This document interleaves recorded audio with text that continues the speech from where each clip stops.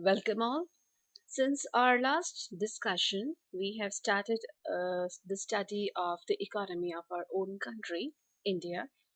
So, in the last session, we took up the discussion on the profile study of India, and in this session, we are going to discuss about the population of India. So, let us begin with the definition of population. Population refers to the total number of people residing in a place. As we know, the population of India is pretty high.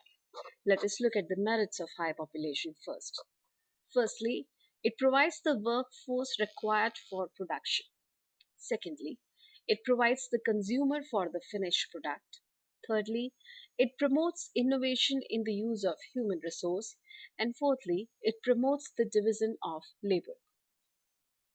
But along with the merits of high population, certain undesirable conditions also arise because of it.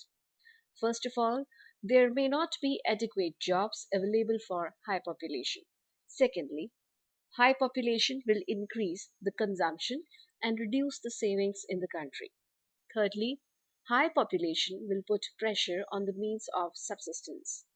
Fourthly, it will also increase the pressure on the social overheads. As the population will increase, higher investment will be required on housing, feeding, education, medical facilities, etc. Now let us have a look at some of the facts about India's population. India's estimated population was 1,129,866,154 in July 2007. India became only the second country in the world after China to cross the 1 billion mark. The population of the country rose by 21.34% between 1991 to 2001. Every sixth person in the world is an Indian. The sex ratio, that is, the number of females per thousand males of the population, was 933, rising from 927 as at the 1991 census. Total literacy rate was returned as 65.38%. The growth rate of India's population is about 2% per annum. A table is given here which shows the population of India in different years from 1901 to 2001 as per the census. The population here is mentioned in lakhs. So in the year 1901, the population was 2,384 lakhs. In 1911, the population was 2,520.9 lakhs. In the year 1921, the population rose slightly to 2,513.2 lakhs. In the year 1931, the population rose to 2,789.8 lakhs. In 1941, the population was 3,186.6 lakhs. In the year 1951, the population was 3,610.9. In 1961, the population again rose to 4,392.3 lakhs. In the year 1971, the population was 5,481.6 lakhs. In 1981, the population rose to 6,833.3 lakhs. In the year 1991, the population was returned as 8,463 lakhs. In the year 2001, the 1 billion mark was crossed and the population was 10,270.1 lakhs. So, as we saw in the last table, during 1901 to 1921, and at some more couple of occasions, the population growth was slow or even negative due to frequent occurrence of epidemics like plagues and natural disasters. The table given here now shows Some of the facts about India's population distribution: the total population of each Indian state, union territory, the number of males, the number of females, the sex ratio, population density per square kilometer, and the decadal growth rate of the population. These facts about the population of some of the states or union territories are mentioned here in this table. In this slide, the same facts as in the earlier slide about the population of the remaining states and union territories are mentioned here. As we have seen in the tables, given that the number of females in the Indian states and union territories are lower than that of the males. Some of the reasons which are held responsible for lower sex ratio are that the female child is usually neglected in the upbringing as compared to the male child in the Indian society. Also, the death rate is high among the females, especially at the time of childbirth. Another important factor is that the female births are usually reported lower than their actual number. Our next subtopic is population density. The density of population refers to the number of persons per square kilometer. Among the Indian states and union territories, West Bengal has the highest population density with 904 persons per square kilometer. Here are some more facts about India's population regarding literacy among the people. The total number of literates in India is 560,687,797, out of which 336,533,716 are males and 224,154,081 are females.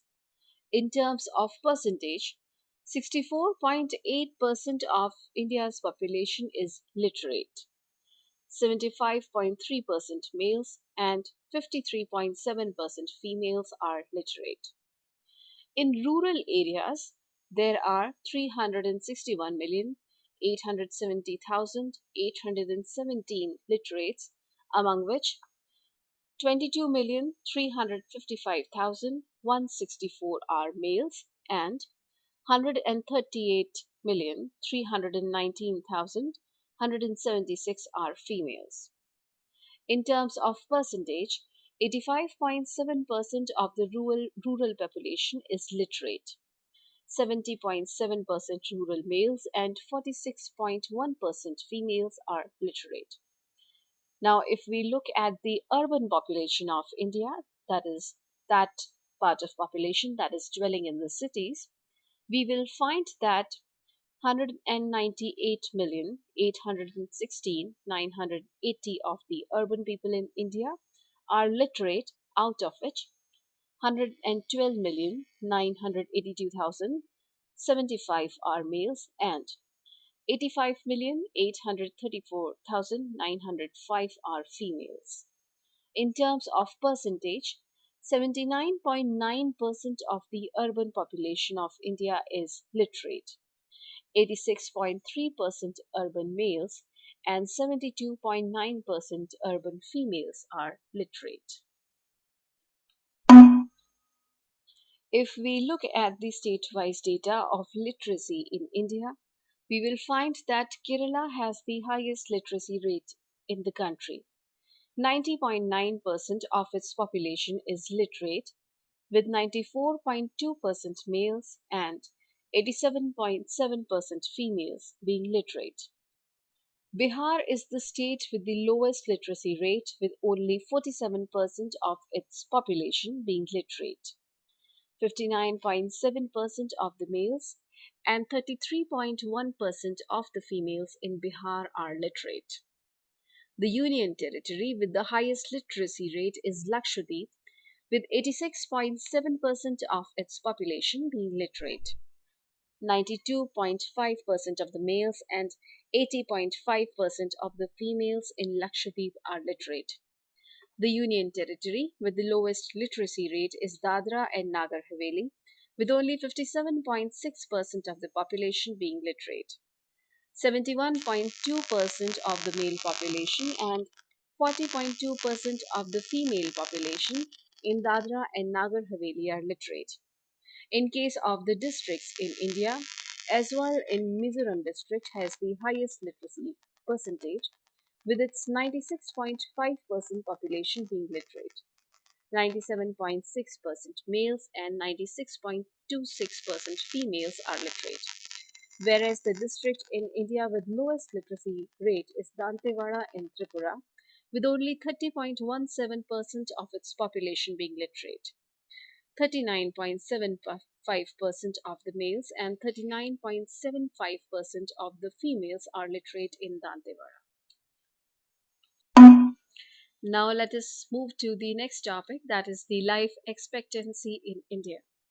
Life expectancy can be defined as the average length of time the members of a population can expect to live.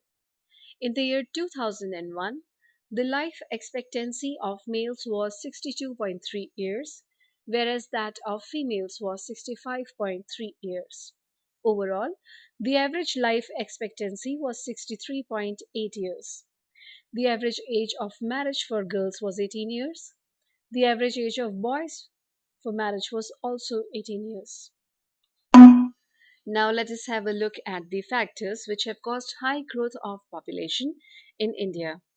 These causes are high birth rate, low death rate, immigration, and demographic transition. Let us discuss these causes one by one. The first cause mentioned for high growth in population is high birth rate. Let us see what are the reasons of high birth rate. Firstly, we know that India is an agrarian economy. Therefore, more children are considered as more helping hands in farming. Secondly, the process of urbanization is pretty slow in most parts of the country. So, awareness about population control, measures, and difficulties faced due to high population is also low.